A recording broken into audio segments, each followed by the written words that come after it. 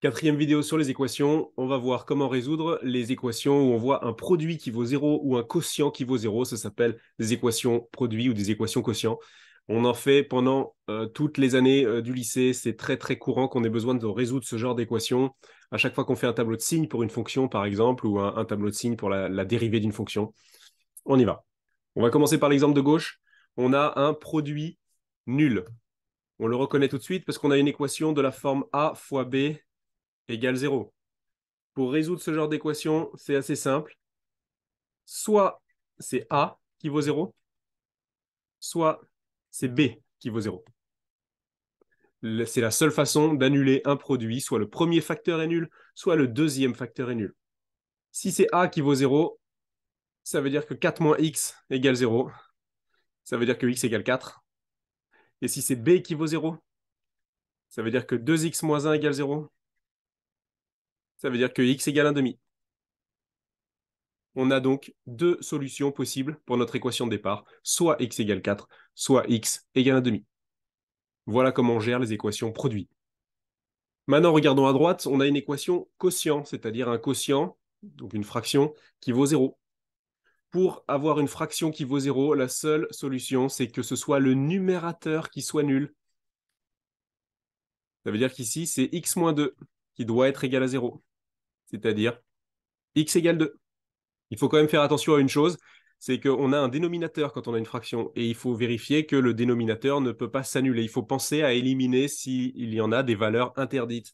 Par exemple, ici, on a une valeur interdite, c'est x égale moins 1, car c'est une valeur qui annule le dénominateur.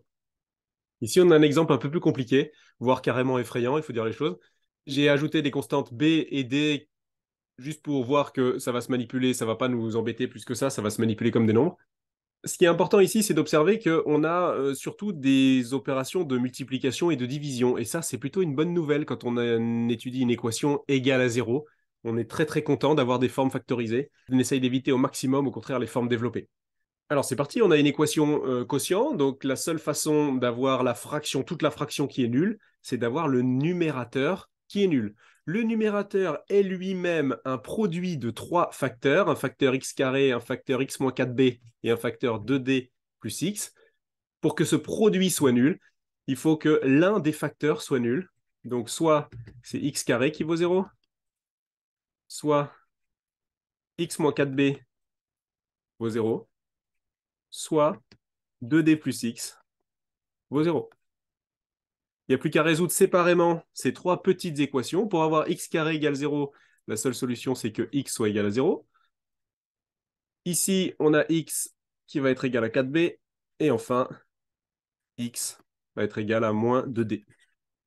Peu importe ce que valent les constantes b et d, ça se manipule comme des nombres, ça ne nous embête pas plus que ça. Attention, petite subtilité à la fin, on va quand même vérifier s'il y a des valeurs interdites. Est-il possible d'annuler ici le dénominateur? Oui.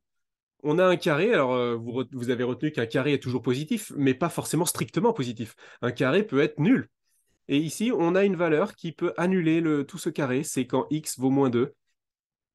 À ce moment-là, on a 0 au carré, ça fait bien 0, et donc on a bien un dénominateur qui s'annule. Donc attention, ici, c'est une valeur interdite. Il faut juste vérifier que parmi les solutions qu'on a trouvées, il n'y a pas cette valeur interdite. Si jamais vous trouvez la valeur interdite dans l'une de vos solutions, il faut l'éliminer de la liste des solutions.